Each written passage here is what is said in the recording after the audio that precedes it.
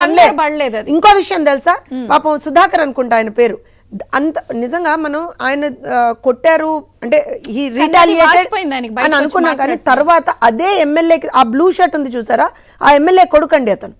ఎంత విచక్షణారహితంగా కొడుతున్నాడో చూడండి మీరు, ఆ విజువల్లో అంత క్లియర్ గా కనపడుతుంది మీకు. అట్లా కొట్టినా సరే పోలీసులు అతను అక్కడి నుంచి పక్కకు తీసుకెళ్లి సార్ మీరు రండి సార్ అని కంప్లైంట్ ఇవ్వండి అని చెప్పి పోలీసులు అన్నా సరే సింపుల్ గా ఆయన ఏమన్నారు తెలుసా, నేను ఓటేసి వస్తా అన్నాడు. రక్తం ఓడుతూ కూడా నేను ఓటేసి వస్తా అన్నాడు.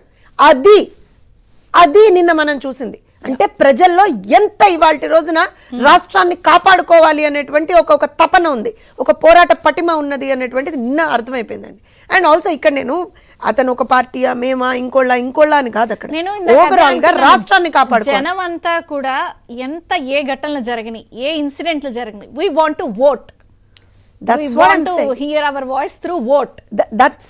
అది నిజంగా కూడా ప్రజాస్వామ్యానికి చాలా చాలా చాలా మంచి రోజని నేను ఎందుకంటానంటే,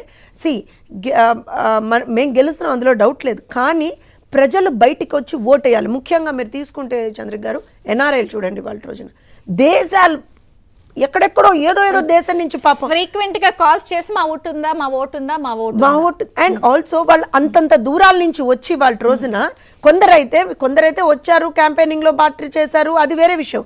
కానీ కొంతమంది అయితే వచ్చి ఒక్కటే రోజు మొన్న వచ్చారు, మొన్న నిన్న ఓటేసారి వాళ్ళు వెళ్ళిపోతున్నారు కూడా వాళ్ళు.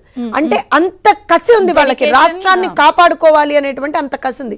దాంతో పాటుగా ఎవరైతే వేరే రాష్ట్రాల్లో ఉన్నారు, ఎందుకనంటే జగన్మోహన్ రెడ్డి గారు వచ్చిన తర్వాత అసలు రాష్ట్రంలో ఎక్కడ ఉపాధి అవకాశాలు లేవు పాపం.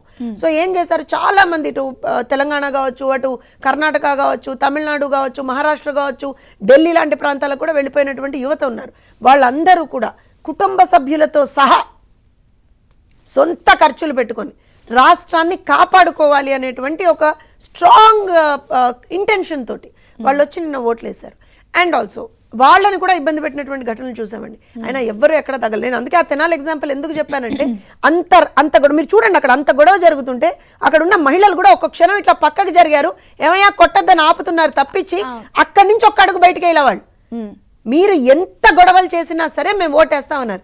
దీనికి కారణం ఒకటి చెప్తానండి. నిన్న గొడవలు జరగడానికి కూడా కారణం ఏంటంటే వైఎస్ఆర్సీపీలో ఒక ఫ్రస్ట్రేషన్, ఒక చేతగానితనం, ఒక నిస్సహాయత. ఎందుకంటే 5 సంవత్సరాల అధికారంలో ఉన్నప్పుడు కన్ను మిన్ను ఆనకుండా ఎగిరాడు ఒక్కొక్కడు, వావి వరుసలు లేకుండా మాట్లాడాడు ఒక్కొక్కడు, పిచ్చి వాగుడు వాగారు ఒక్కొక్కడు. అమరావతి మహిళా రైతుల మీద కావచ్చు, రాష్ట్రంలో ఉన్నటువంటి రైతుల మీద కావచ్చు, యువత మీద కావచ్చు, ప్రతి ఒక్కరిని, ఈ వర్గం ఆ వర్గం, ఈ కులం ఆ కులం, ఈ మతం ఆ మతం లేదండి, అందరి మీద దాడులు చేశారు. సో వాళ్ళు అంత కన్ను మిన్ను కానకుండా బిహేవ్ చేసిన తర్వాత ఇవాల్టి రోజున ప్రజలు ఎప్పుడైతే వాళ్ళకి వ్యతిరేకంగా ఒక తీర్పునిస్తున్నారు అనేటువంటి సరళి అనేటువంటిది అర్థమైపోతుంది చంద్రిక్ గారు. ఆబ్వియస్ గా పాలిటిక్స్ లో ఉన్న వాళ్ళకి ఆ సరళి అర్థమైపోతుంది. ఆ అసహనం ఏదైతే ఉందో వాళ్ళని ఎట్లా ఎంత స్థాయికి తీసుకెళ్లిపోయింది, ఏం చేస్తున్నాం అనే స్పృహ కూడా పోయింది. మీరు గమనించండి, ఒక ఎమ్మెల్యే అలా కొడతాడండి. నిజంగా మీరు ఇంకో విషయం, రాజకీయాల్లో ఉన్నాడు, ఒక రాజకీయ నాయకుడే కదా, పోలింగ్ రోజు ఎవడన్నా సరే ఓటర్లతో పెట్టుకుంటాడా, బుద్ధున్నాడు ఎవడన్నా, ఓటర్ వెళ్ళిపోయి ఇంకా నలుగురిని చెడగొట్టి కూడా. ఇక్కడ ఇంకో విషయం చూడండి, వల్లభనేని వంశీ, కాసు మహేష్, అతను మహేష్ రెడ్డి, అండ్ ఆల్సో మన ఇంకా ఒక 2-3 ఎమ్మెల్యే క్యాండిడేట్లని ద్వారంపూడి ఇలా రోడ్డు మీద పరిగెత్తిచ్చారండి. రోడ్డు మీద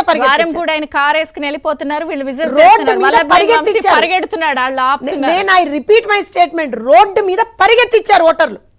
మాచర్లలో లిటరల్ గా ఓట్లు వెయ్యకుండా చేద్దాము, ఓట్లు వెయ్యనీయకుండా చేద్దామని చెప్పి ఎక్కడైతే వాళ్ళు ప్రయత్నించారో 20 మందితో వాళ్ళు స్టార్ట్ చేస్తే 300-400 మంది దిగారు రంగంలోకి. రండిరా చూసుకుందాం అన్నారు. ఇంత కసి ఎందుకు వచ్చిందంటే జనాల్లో, కేవలం ఏదో ఒక పార్టీ ఇదని కాదండి, ప్రజల్లో ఇవాల్టి రోజున రాష్ట్రం ఏమైపోతుంది అనేటువంటి ఒక ఆవేదన. ఇప్పుడు దేశ విదేశాల్లో ఉన్నటువంటి వాళ్ళందరూ కూడా ఎందుకు వస్తారండి, రాష్ట్రం పాడైపోతుంది అనేటువంటి ఆవేదనతో. ఇవాళ మళ్ళీ చెప్తున్నా, అహంకారం, నిస్సహాయత, చేతగానితనం, కోపం, ఫ్రస్ట్రేషన్, డెస్పరేషన్, మీరు ఎన్ని పదాలన్నా ఇంకా యాడ్ చేసుకోండి చంద్రిక్ గారు, వీటన్నిటి ఒక ఏమంటారంటే డిపిక్షన్ నిన్న వైఎస్ఆర్సీపీ వాళ్ళు చేసినటువంటి దాడుల్లో కనిపించింది. కానీ ఓటర్ చాలా సంయమనంతో దాడులు చేసినా ఏం చేసినా సరే ప్రజాస్వామ్యాన్ని మేము కాపాడుకుంటాం, నువ్వు చేసింది చాలు, బై బై జగన్ అని చాలా క్లియర్ గా చెప్పారు. నేను అందుకే అన్న చూపుడు